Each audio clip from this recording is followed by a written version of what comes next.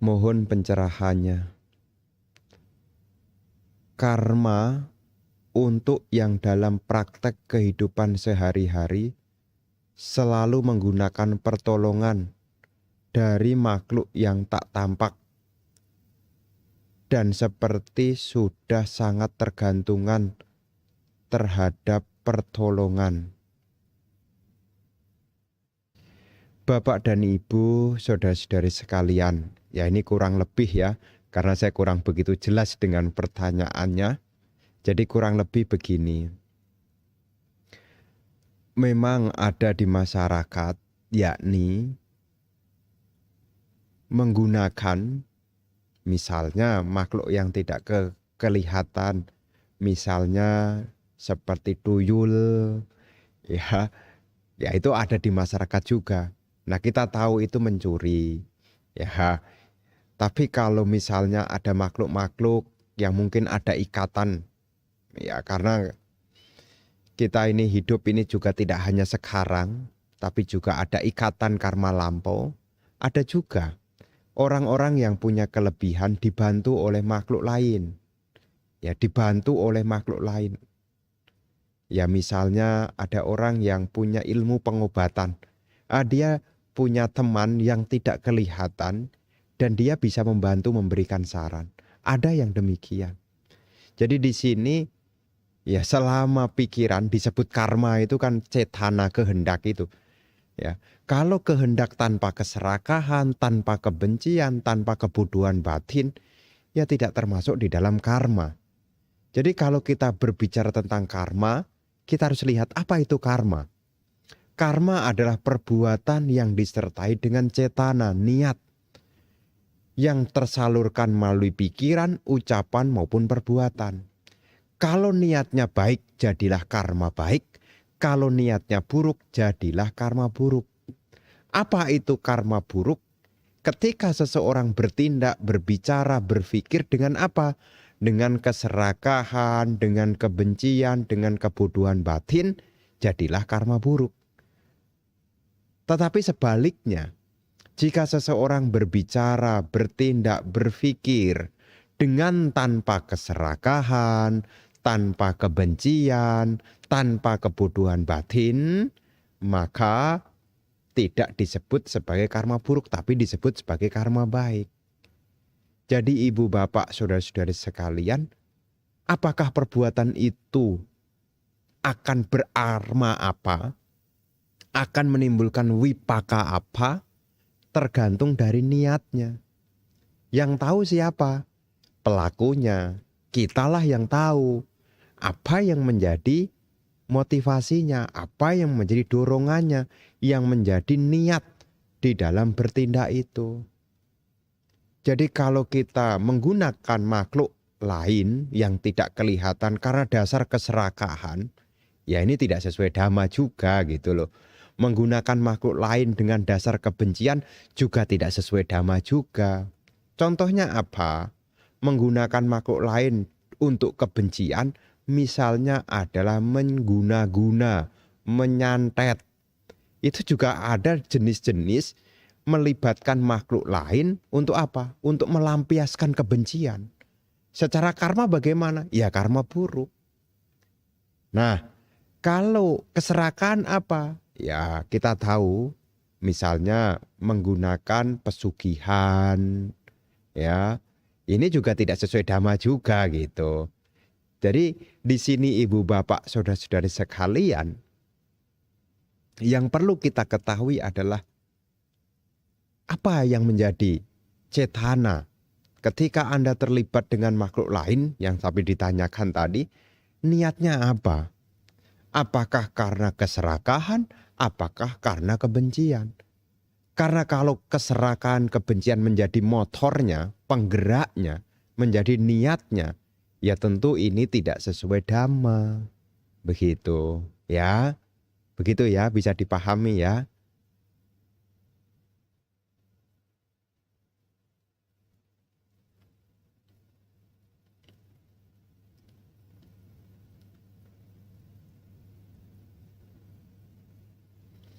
Malam Bante, izin tanya. kebajikan seperti apa yang dibutuhkan supaya bisa bertemu seorang sama Sang Buddha, dan berapa besar kebajikan yang dibutuhkan, serta bagaimana mengetahui kebajikan tersebut telah mencukupi. Bapak dan Ibu, saudara-saudari sekalian, kata bertemu ini mengacu kepada apa dulu? Kalau ingin menjadi arahat, ya, kalau ingin menjadi arahat, ketemu dengan Sama Sang Buddha dan menjadi murid dari Sama Sang Buddha, tentu juga mengembangkan yakni 10 parami. Ini penting. Jadi kita akan bertemu juga seperti Bante Sariputta, Bante Moggallana, ya, seperti Kondanya, itu kan bertemu dengan Sama Sang Buddha. Seperti perumah tangga juga ada yang ketemu, seperti Anathapindika, seperti Raja Bimbisara. Ini juga tidak lepas dari pengembangan paramita. Apa paramita yang perlu kita praktekkan dari sekarang? Yang pertama adalah dana parami, berdana, dengan tujuan melepas dana parami. Kemudian yang kedua sila parami. Kemudian yang ketiga nekama parami, ya, pelepasan nekama. Kemudian yang keempat panya parami, kebijaksanaan juga perlu dilatih. Yang kelima kanti parami, kesabaran juga perlu dilatih. Yang keenam saca parami, ya, kejujuran. Yang ketujuh adithana parami. Yang kedelapan wirya parami, semangat. Yang kesembilan meta parami, pengembangan cinta kasih. Dan yang ke-10 UPK parami. Jadi ini perlu kita latih. Maka kita harus melatihnya dari sekarang.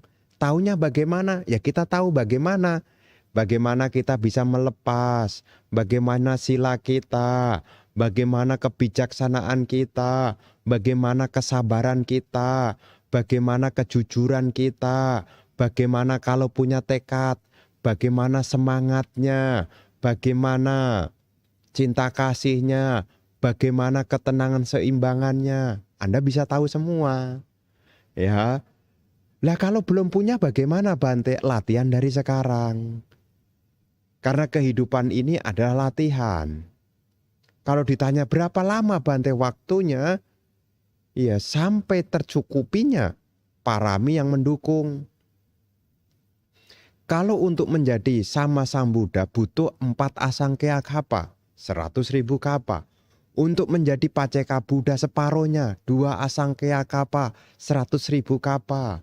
Kalau ingin menjadi arahat 1 asangkaya kapa, 100.000 kapa. Itu kalau jadi arahat yang siswa mulia. Seperti Bante Sariputta, Bante Moggallana. Kalau yang arahat biasa tidak disebutkan. Berapa lamanya tidak disebutkan. Hanya yang jelas pengembangan parami ini perlu dilatih. Bagaimana kita punya 10 parami ini?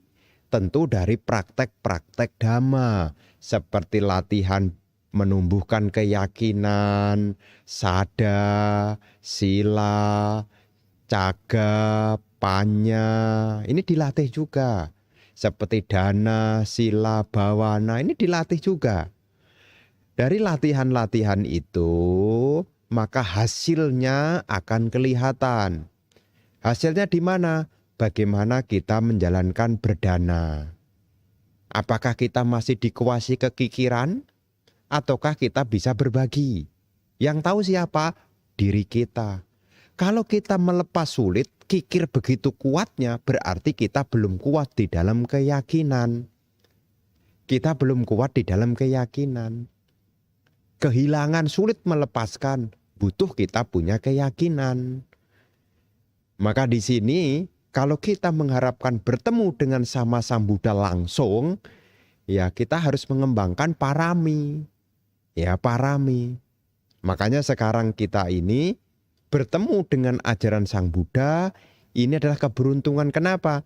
Kita sekarang bisa praktek menyempurnakan parami sedikit demi sedikit. Setiap orang punya latar belakang yang beda-beda. Pengembangan paraminya juga beda-beda juga. Ada yang kesabarannya kuat, ada yang semangatnya kuat, ada yang kebijaksanaan kuat, ya, ada. Karena kita belum sempurna, ya kadang-kadang berdana bisa, menjalankan sila bisa, kadang-kadang melepaskan masih sulit. Kesabaran masih sulit. Ya enggak apa-apa, namanya juga latihan. Ya. Sekarang ini waktunya kita berlatih. 10 parami ini kita latih. Kita latih. Jadi 10 parami ini bukan tiba-tiba Bapak Ibu. Ya, bukan tiba-tiba punya kesabaran, itu tidak mungkin. Tiba-tiba punya kebijaksanaan itu juga tidak mungkin. Ya, semua ini perlu latihan. Ya, perlu latihan. Ya, taunya dari mana? Ya dari kita sendiri, kita tahu gitu loh. Sekarang Ibu Bapak bagaimana kesabarannya? Sudah bertambah atau belum? Bagaimana kalau punya kehendak baik untuk berbuat baik? Masih suka ragu-ragu atau sudah mantep? Nah, ini juga perlu dilatih. Ketika pikirannya gelisah, bisa enggak melatih ketenangan? Kalau timbul kebencian, bisa enggak mengembangkan cinta kasih? Nah, inilah PR-PR, pekerjaan rutin yang harus kita lakukan di dalam menyempurnakan kita punya parami. Ya, bisa dipahami ya. Karena untuk menjadi murid Sang Buddha langsung, bertemu langsung dengan sama Sang Buddha, dan bisa menembus Dhamma, itu juga dari parami. Tidak ada yang tiba-tiba. Ya, seperti Bante Kondanya, seperti Bante Moggallana, Bante Sariputta, itu tidak ada yang tiba-tiba. Ya, semua dilatih, latihan. Makanya di dalam istilah Dhamma itu sika. Sika itu adalah pelatihan. Sika pada, latihan yang perlu dipraktekkan. Begitu. Jadi kalau kita ingin bertemu dengan sama Sang Buddha secara langsung, ya kita harus punya kesempurnaan di dalam menyempurnakan kita parami. Ya ada 10 parami itu. Nanti diingat-ingat dan dipelajari dan dipraktekkan. Dana parami, sila parami, nekama parami, panya parami, kanti parami, wirya parami, aditana parami, saca parami, meta parami, dan upeka parami. Ada 10 semuanya. Ya, jadi untuk mudah mengingatnya, Ibu Bapak bisa mengeklik di Google 10 parami apa saja. Ya, nanti bisa ketahuan, bisa diingat-ingat gitu loh. Dan juga bisa mengukur sudah sejauh mana saya punya kesabaran, sudah sejauh mana saya punya cinta kasih. Nah, ini kita sendiri yang tahu. Begitu ya.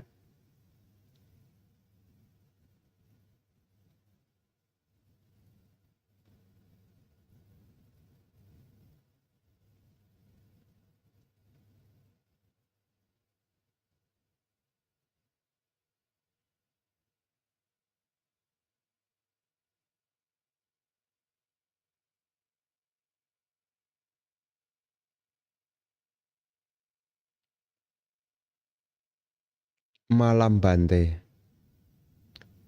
bagaimana cara kita mempertahankan atau merawat apa yang kita peroleh dengan baik, seperti harta, pencapaian, dan kepercayaan.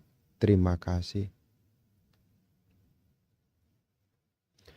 Bapak dan Ibu, saudara-saudara sekalian, untuk mempertahankan apa yang dimiliki, tentu seperti apa yang Sang Buddha sampaikan, ya di salah satu khotbah di dalam Anguttara Nikaya berjudul Byaga Sutta. Suta ini disampaikan kepada pemuda di Gajanu. Ini ada dalam Anguttara Nikaya kelompok 8 yang berjudul Digajanu Sutta. Di sana Guru Agung Sang Buddha memberikan 4 hal. Ya. Ini sehubungan dengan permintaan dari pemuda di Gajanu. Pemuda di Gajanu ini mengharapkan agar bisa berbahagia di kehidupan sekarang. Dan Sang Buddha tahu apa menjadi kebahagiaan dari perumah tangga. Karena perumah tangga itu yang pertama adalah pengharapan punya kekayaan. Yang kedua punya nama yang harum. Yang ketiga punya umur panjang. Dan yang keempat ketika sudah meninggal ingin terlahir di alam bahagia. Nah, untuk yang hidup saat ini punya kekayaan, punya nama yang harum, ya. Sebelum berbicara nama yang harum adalah kekayaan dulu. Bagaimana supaya bisa mendapat kekayaan? Di situ Guru Agung Sang Buddha menyampaikan Uttana Sampada. Mesti punya kesempurnaan di dalam inisiatif. Artinya apa? Sebagai perumah tangga untuk mempertahankan kekayaan, kedudukan, mesti banyak belajar, inisiatif, punya kreatif, punya inovatif. Karena kalau ibu bapak investasi ilmu itu tidak akan hilang. Makanya penting bagi bapak dan ibu yang punya profesi tertentu, teruslah belajar. Karena belajar itu adalah bagian dari Uttana Sampada. Yakni bagaimana kita memiliki kesempurnaan inisiatif. Akhirnya apa? Kita bersemangat, kita rajin, kita sungguh-sungguh. Kenapa? Karena kita punya ilmu. Bagaimana kita bisa rajin? Bagaimana kita bisa bersemangat kalau kita tidak punya ilmu? Makanya di situ juga berbicara tentang kesempurnaan inisiatif. Karena untuk berinisiatif butuh ide. Ide itu akan muncul kalau punya ilmu. Jadi yang pertama untuk mendapatkan kekayaan kita harus punya kesempurnaan inisiatif. Idenya mesti ada. Minimal Anda bisa mencoret-coret sesuatu, menulis apa yang diharapkan, kemudian berpikir bagaimana cara memperolehnya. Minimal bisa nulis dulu. Bagaimana kita bisa mewujudkan nyata kalau nulis saja tidak terpikirkan. Makanya ini sebagai nasihat kepada perumah tangga. Kalau punya harapan, apakah itu mempertahankan, apakah itu memperoleh kekayaan, cobalah ditulis. Tulis dulu, apa yang mau Anda, kalau mau dagang apa ditulis. Tulis dulu. Kalau Anda punya angan-angan ditulis dulu. Setelah tertulis Anda baru berpikir gimana nih caranya. Ditulis lagi caranya. Supaya apa? Alurnya jelas. Karena kita punya kemampuan untuk inovatif, kreatif, inisiatif kalau kita punya ide. Syarat kita punya ide, kita harus belajar. Nah, makanya kita tidak perlu takut dengan masa depan. Yang perlu kita pikirkan adalah sekarang. Pengetahuan apa yang hari ini telah saya tambah. Yang lebih menakutkan di masa depan ketika kita tidak punya pengetahuan. Itu lebih menakutkan. Kemiskinan itu terjadi bukan karena salah ibu dan ayah. Bukan karena salah keluarga. Kemiskinan itu terjadi karena tidak punya ilmu. Dan sedikit sekali orang yang mau menambah ilmu itu sedikit sekali. Ini perlu diingat dan dicatat. Ya, lebih banyak orang deman bermain-main. Main-main itu lebih menyenangkan. Sampai-sampai lupa menambah ilmu. Makanya ada korelasi wajib belajar. Kenapa? Kenapa kita wajib belajar? Karena kalau kita punya ilmu, maka kita bisa mengurangi kemiskinan. Yang membuat kita jadi miskin kalau kita tidak punya ilmu. Itu loh. Nah, kalau sudah punya ilmunya, sungguh-sungguh dipraktekkan. Nah, yang kedua, jaga. Araka sampada, menjaga apa yang dimiliki. Jadi kalau sudah punya dijaga. Ya, bagaimana menjaganya? Ya bisa diinvestasikan, itu juga cara penjagaan. Ya, cara penjagaan juga.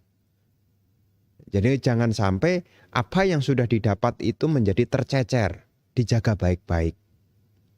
Kemudian yang ketiga, punya teman-teman yang baik.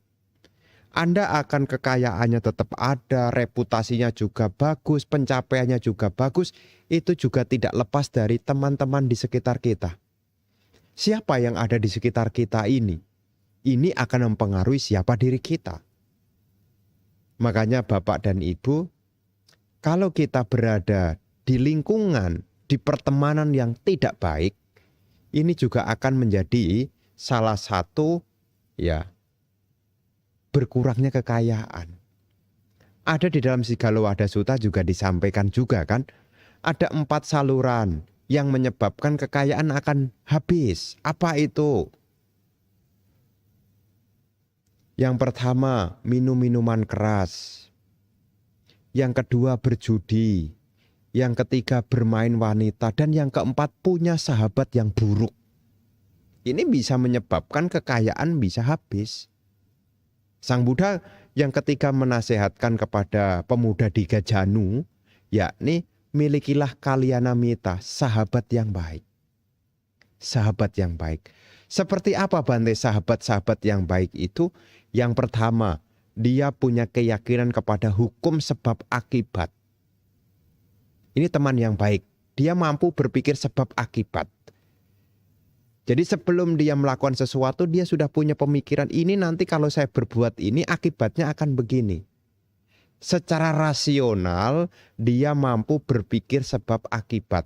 Jadi kalau Anda punya teman yang bisa mengajak Anda berpikir sebab akibat, itu teman baik. Tapi kalau punya teman ngomongnya begini, udah nanti tanggung di belakang. Nah ini bahaya nih. Ya, bahaya kalau punya teman jenisnya begini. Ya kan kita sering kali mendengar, udah jalani aja nanti tanggung belakangan. Jangan ya. Mesti dilihat korelasi sebab akibat, gunakan rasional. Ya, jadi kalau kita berteman, cari teman yang baik. Yang pertama ini dia punya pemahaman tentang sebab akibat, karena kehidupan ini serba aksi reaksi. Ya, tidak akan mungkin ada akibat jika tidak ada sebabnya. Jadi kalau kita mau mencari teman yang baik itu seperti apa? Dia mampu berasional tentang sebab akibat. Sehingga apa? Dia bisa menjauhkan diri kita dari keburukan. Kenapa? Dia mampu berpikir ini loh akibat dari keburukan. Yang kedua, teman yang baik itu dia punya moralitas yang baik. Yang ketiga, teman yang baik itu yakni punya kemurahan hati, tidak kikir. Punya kepedulian, tidak pelit. Itu teman yang baik. Dan yang keempat, dia punya kebijaksanaan. Mengacu kepada apa? Dia memahami apapun tidak kekal. Semua yang muncul akan berlalu. Ini punya kebijaksanaan. Dan untuk menjaga kekayaan agar tidak berkurang, yang keempat adalah hiduplah seimbang. Jangan sampai lebih besar pasak daripada tiang. Artinya tidak mampu menghitung pemasukan dan pengeluaran. Apalagi lebih banyak pengeluarannya ketimbang pemasukannya. Ini bisa menyebabkan kekayaan yang didapat bisa merosot. Jadi dalam hal ini bagaimana mempertahankannya? Ya yang pertama tadi kita mesti inisiatif, banyak belajar. Ya, bergaul dengan teman-teman yang baik, mampu hidup yang seimbang. Ya, karena kalau Anda bisa punya pengetahuan itu tidak pernah membatasi usia. Meskipun kita tua sekalipun, kalau kita punya pengetahuan, kita masih punya nilai manfaat. Tapi kalau kita masih muda sekalipun, tapi kalau tidak punya pengetahuan, tidak punya ilmu, kita tidak bisa memberi banyak manfaat. Jadi dalam hal ini sangat penting sekali, yakni belajar. Ya, seperti dalam Manggala Sutta juga disampaikan, bahu sancacak si panca. Bahu sancacak si panca. Punya pengetahuan dan keterampilan itu juga keberkahan. Dan Anda bisa buktikan, orang-orang yang bisa mempertahankan kekayaan, orang-orang yang bisa bangkit dari kesusahan, karena dia punya pengetahuan dan keterampilan. Yang dilandasi Winayoca Susikito, punya landasan perilaku yang baik. Ya, jadi ibu bapak saudara-saudari sekalian, ini salah satu. Karena Sang Buddha banyak sekali memberikan nasihat. Ini salah satunya. Ya, salah satunya. Karena nanti di topik yang lain juga ada cara mempertahankan kekayaan. Tapi dalam hal ini Bante mengambil sutta ini di dalam Digha Janu, yang saya pikir ini juga sering kali ibu bapak dengar, menekankan tentang pentingnya kita belajar, menambah pengetahuan, serta memiliki teman-teman yang baik dan mampu mengelola keuangan. Ya, kapan hari saya juga bertanya kepada para umat, waktu ceramah saya bertanya, mana yang terpikirkan, menabung dulu atau belanja dulu? Ya, kadang-kadang saya juga iseng-iseng tanya begitu juga. Mana yang terpikirkan, belanja dulu atau menabung dulu? Nah, mereka menjawab umumnya adalah nabung kalau ada sisa. Bagaimana memperoleh kekayaan? Kalau nabung saja kalau ada sisa. Ya, kita harus tahu ukuran kita, karena kita sekarang adalah untuk mempersiapkan masa depan, maka kita harus melakukan yang terbaik saat ini. Apa yang terbaik saat ini bisa kita lakukan? Itulah yang semestinya kita berikan perhatian. Begitu ya kurang lebihnya ya.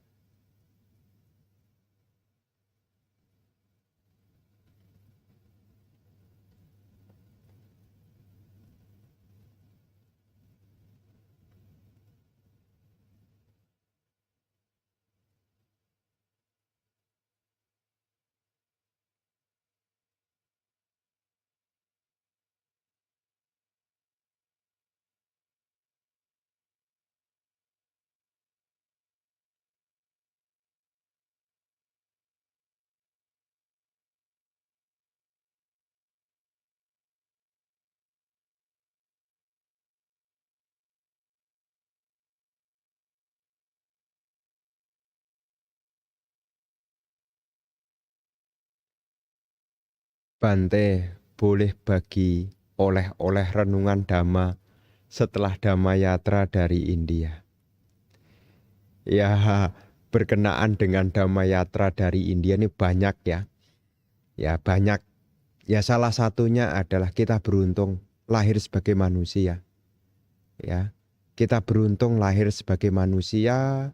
Kita juga beruntung punya fisik yang bagus. Artinya apa? Ya tidak kekurangan. Sehingga apa? Bisa mendengar Dhamma dengan baik. Dan juga punya kesempatan untuk praktek Dhamma dengan baik juga. Itu adalah keberuntungan. Seperti apa yang disampaikan oleh Guru Agung Sang Buddha. Yakni ya sungguh sulit untuk lahir sebagai manusia. Sungguh sulit untuk dapat mendengarkan Dhamma. Sungguh sulit untuk munculnya seorang sama Sang Buddha. Jadi sekarang kita beruntung karena kita sekarang jadi manusia.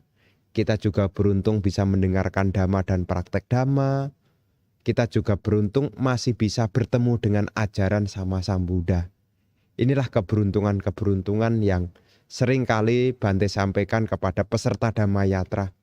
Setelah berkunjung ke India, melihat bagaimana kehidupan sosial yang kita saksikan di sana. Itu mengingatkan agar kita yang datang dari Indonesia, datang dengan keyakinan ini, menjadi bersyukur lahir sebagai manusia, bersyukur bisa ketemu dengan Dhamma, dan bersyukur juga bisa praktek Dhamma. Itu yang seringkali selama Dhamma Yatra seringkali Bante sampaikan ini. Supaya apa? Keberuntungan-keberuntungan yang dimiliki ini bisa dimaksimalkan dengan sebaik mungkin. Karena kita hidup berpacu dengan waktu. Tidak terasa 1 tahun akan berlalu. Sekarang sudah tanggal 25 November, tidak terasa. Dengan bertambahnya tahun, bertambah usia kita. Dengan bertambahnya usia kita, akan berkurang waktu hidup kita. Sebelum waktu hidup kita berkurang, maka kita harus ingat hal-hal apa yang bisa kita manfaatkan, praktekkan di dalam kehidupan yang kita miliki saat ini. Itu salah satu renungan yang seringkali Bante sampaikan kepada peserta Dhamma Yatra. Begitu ya kurang lebihnya.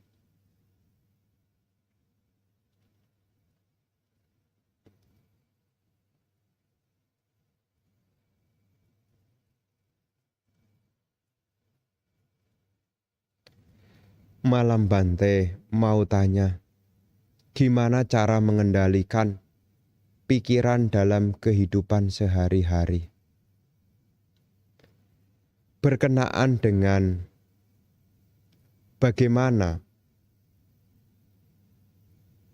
cara mengendalikan pikiran dalam kehidupan sehari-hari, kita bisa mengawali dari pagi hari.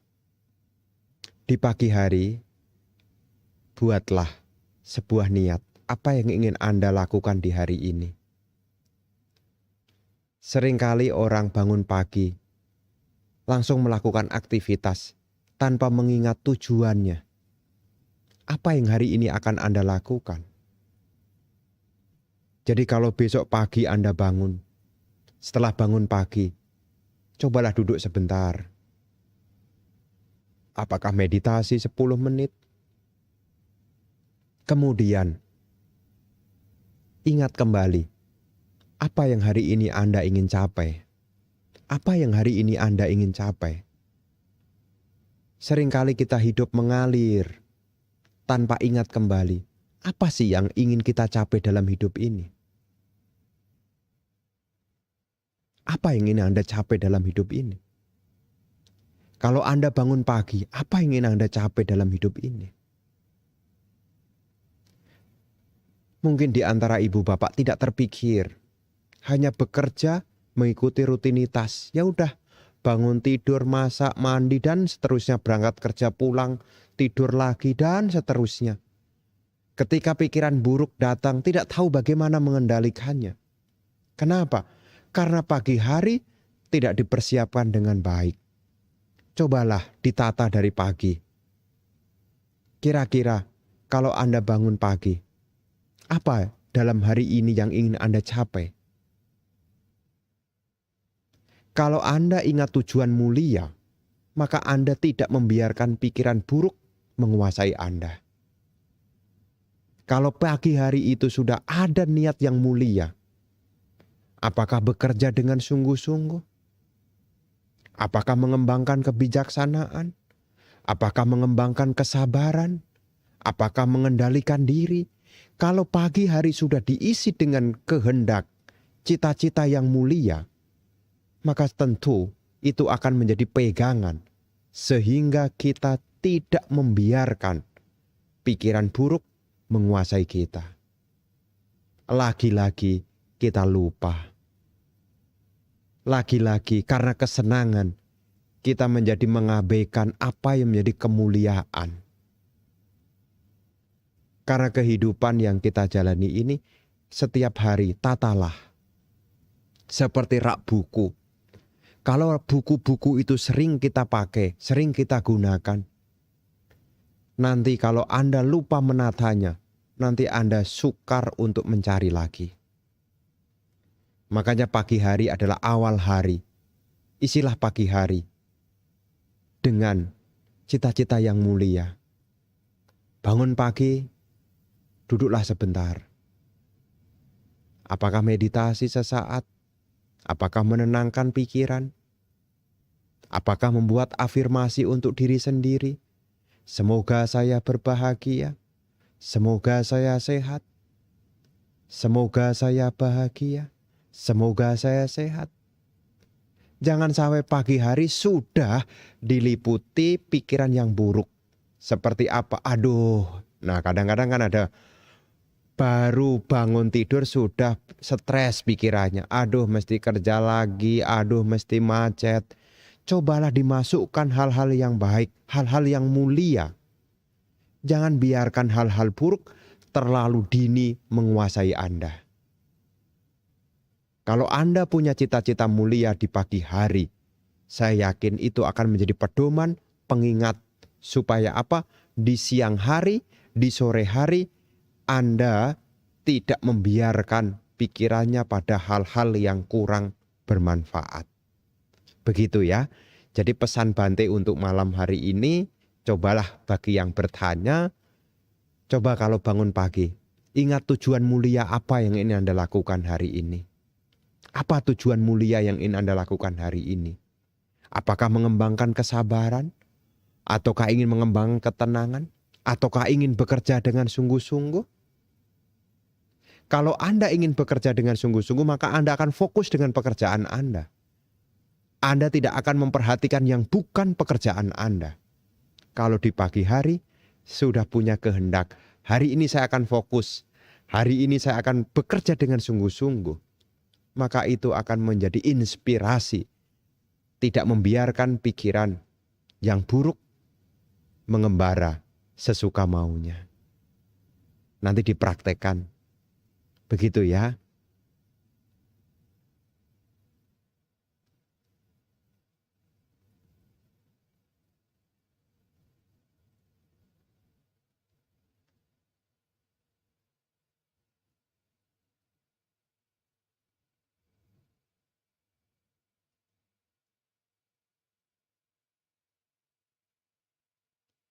Malam Bante, gimana cara menyikapi supaya saya bisa menerima jika tiba-tiba sahabat yang sangat dekat memutuskan hubungan pertemanan yang sudah terjalin 10 tahun lebih tanpa sebab yang serius.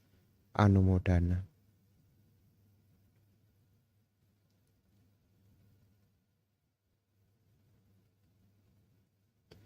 Bapak dan Ibu, saudara-saudari sekalian, berkenaan dengan kenapa seseorang memutuskan hubungan dengan kita, yang jelas dia sudah tidak suka lagi.